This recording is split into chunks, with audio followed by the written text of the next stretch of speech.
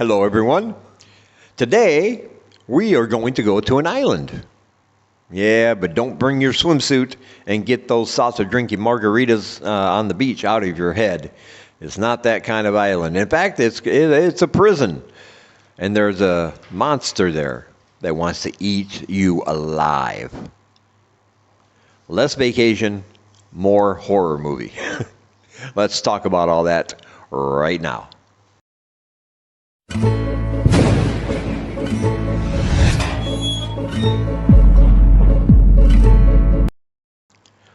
All right, so the book we're going to be talking about today is called Saltblood by T.C. Parker.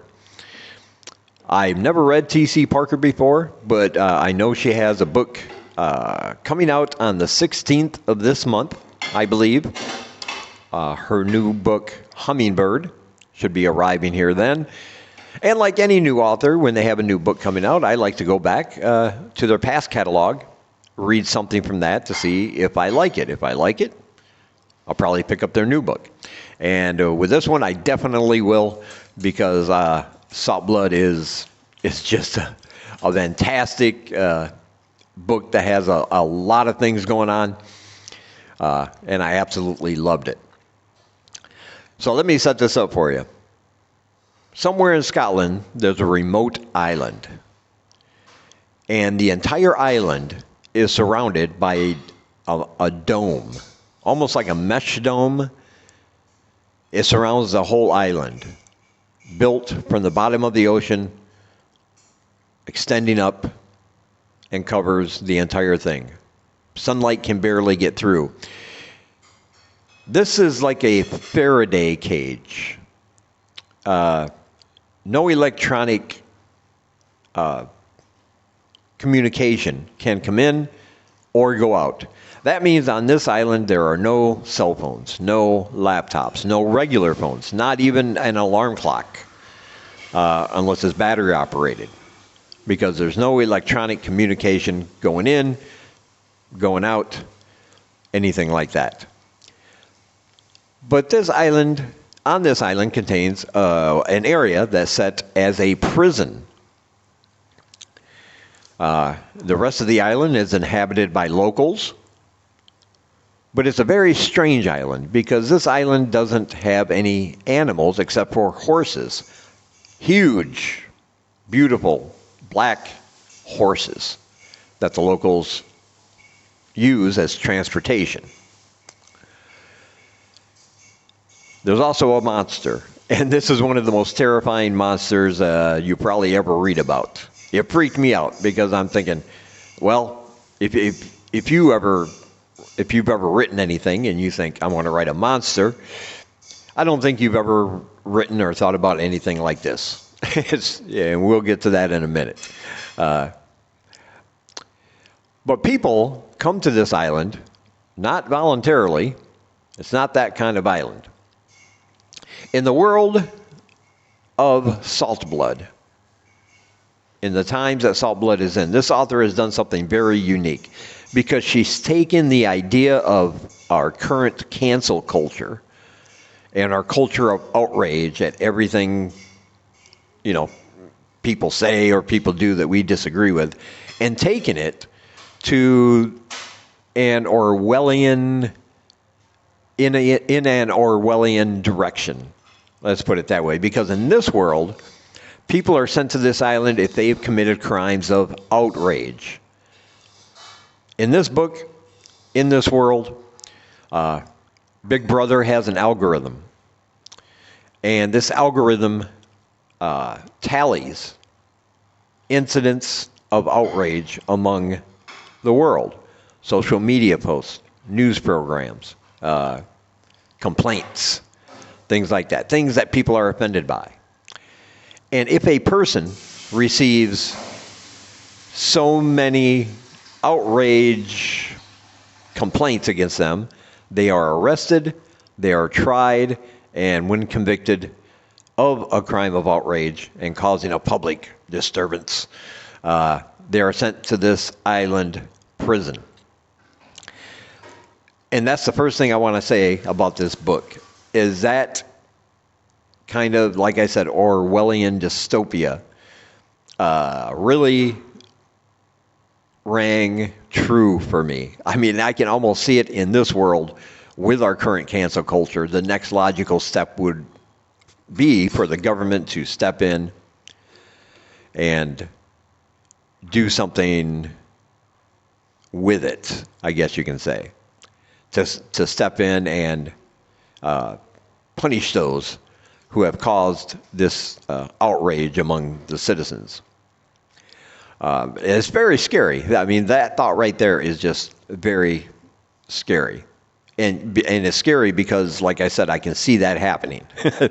The way we are right now with people getting upset over posts somebody made 12 years ago and calling for their head or, and in this world, they don't just get their TV shows canceled. They don't just get their band tours canceled or anything like that. They don't just get deleted from Twitter or Facebook. They actually wind up in prison after a certain amount of outrage points. It's certainly a Big Brother world that this book is set in, but it's all set on this prison island, this section of the island that is a prison. That once you're on there, you have no communication with the outside world except for a boat that comes in once a day for supplies, bring new prisoners, and to take those who have already served their outrage sentences back home. So we meet our main protagonist, Robin, as she arrives to this island, along with somebody she just met on the ship that takes them there. And really, throughout the first portion of the book, we just see how life is on the island, and it's very interesting. Don't let what I'm saying make you think that it's boring or that's not a good part. It's an excellent part. I really, really love that build up, this world building that the author gave us. Because, like I said, man, it hits so close to home. It makes it scary. And we meet the other inhabitants, or some of the other inhabitants, in this little prison area. And they do have rules. First, they don't talk to the locals. The locals there basically act as security, but they are not allowed to talk to them. They are not allowed to start conversations with them. Prisoners are not allowed to go into their village or anything like that. But basically, they do have kind of free reign of the rest of the island if they want to get out and walk, because they can't go anywhere. It's a remote island in Scotland. There's this big cage. Even if they could swim that far, they're not getting past that cage. So it's a very isolated location. And the only people they have to talk to are the other prisoners. But I like the way this author introduces us to the other characters in the book and lets us know what their quote-unquote crime was. And we see from this how our current cancel culture and how the outrage in this world might not be exactly what it seems. A college professor that said something that he thought was just funny in a classroom, but a certain students who were recording it put it on their website for a certain political party, and that caused enough outrage for him to go to get tried and go to this prison. There are also whistleblowers on there, and because they were whistleblowers for a cause that a lot of people believed in, people were outraged. They are also on this island. So you have a good mix of people, a good mix of characters, and seeing how this island works makes what happens later even more terrifying. Because you get to know these characters. You get to see that some of them are in there for really, really petty things that other people found offensive. And one night, one of the prisoners sees something out of his window. He hears horses galloping around outside, but when he looks out his window, he sees something truly terrifying. And it's a beast unlike any I've ever read about.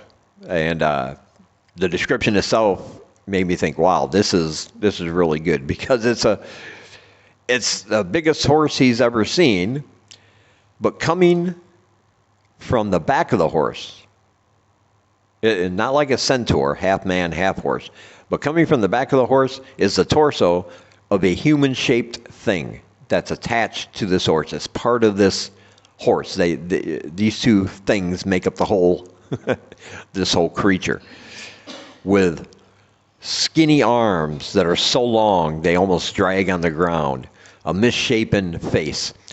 And the thing about this creature is that it has no skin attached to it. It has no skin. All you see are tendons, bones, and muscle. The inside part should be falling off because there's no container anymore, basically. But it's not. And this teeth has a mouthful of, or this horse, I mean, has a mouthful of very, very sharp teeth.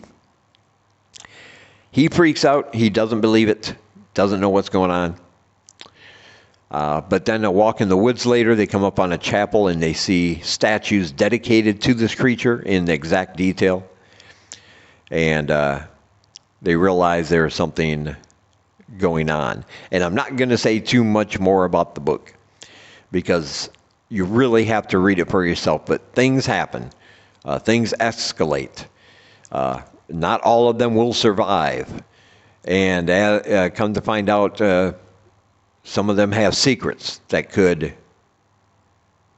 really affect negatively all the other prisoners. And I just want to say that this is a fantastic book. I was hooked as soon as that premise hit, that this is about cancel culture gone awry. I just love that. You throw in this mythic, disgusting, horrible creature that wants to eat you alive and will eat you alive if it gets the chance.